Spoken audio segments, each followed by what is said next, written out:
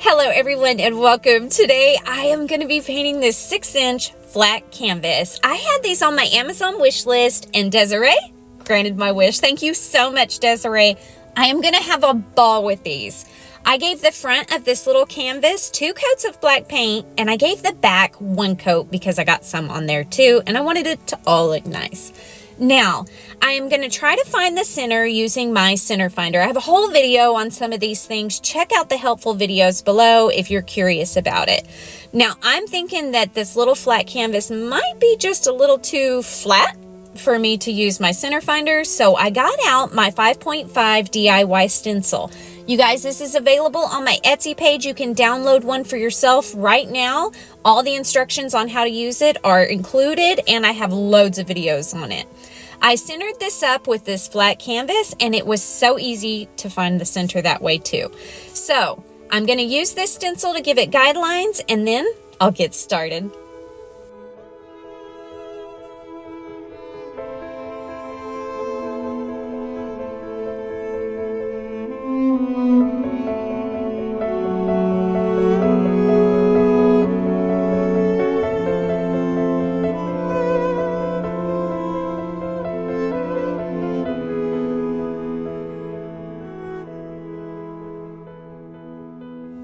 All right, now that I've got a really good set of guidelines going on, I want to get out some of these scribbles, puffy paint, fabric paint, whatever you want to call it. I bought a whole set of these back when I was trying to figure out exactly how to make a really good puffy dot. Out of all the squeeze bottle fabric paints that I bought, this was one of the easiest ones to squeeze. So I thought, why not get out some of those and see if we can make a whole mandala out of nothing but fabric paint. You guys, this is going to be so much fun. I'm not going to edit out anything. It's all going to be in there. The only thing that I've edited out is that I tried this once and I totally failed with my color choice, so I wiped my canvas clean and started again. So that's why you've got a little bit of a weird ring going on there, but that's okay. You won't see it in the end. Let's get painting and let's have some fun.